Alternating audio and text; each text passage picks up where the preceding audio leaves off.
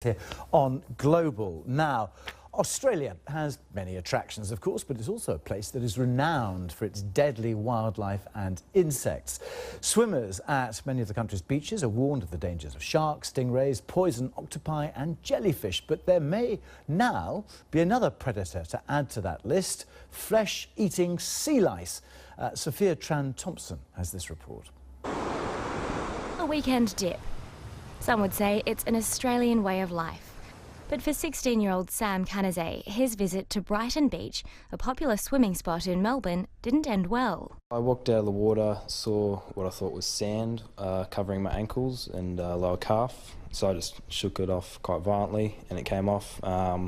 And by the time I'd walked across the sand about 20 metres to put my thongs on, I looked down and noticed that I had blood all over my ankles.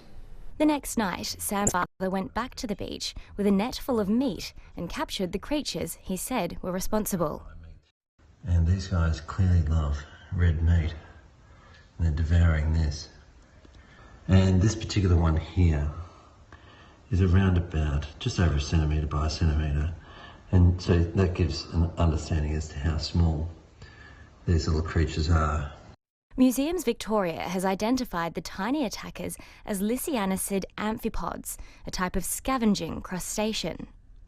Experts say they're an important part of the ecosystem that clean up breaking down debris, and probably started feeding on Sam as he was standing still for some time, and in the cold water he didn't feel anything unusual.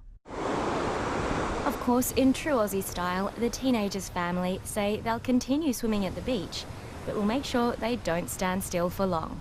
Sophia Tran-Thomson, BBC News.